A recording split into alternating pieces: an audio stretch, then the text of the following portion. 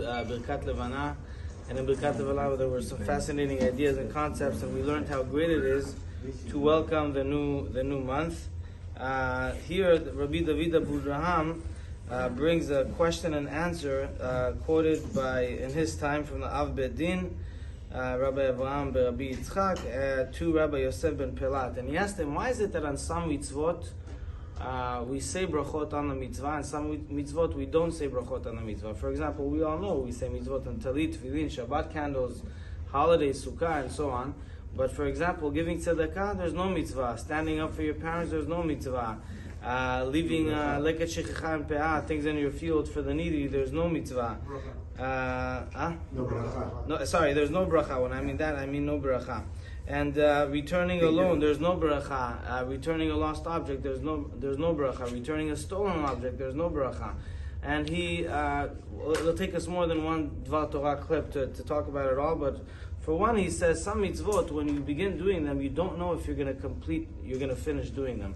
For example, let's say if you're a dayan, you're a judge in the judicial court. So it's a mitzvah to judge people in court.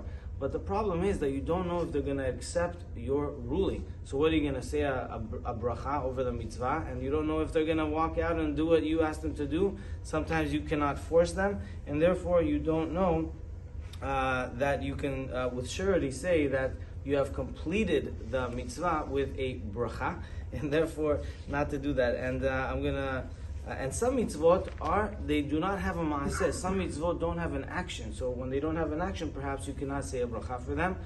For example, like when you leave a portion, like leket shechicha and pe'ah, a portion of your grains or your produce in your field for the needy.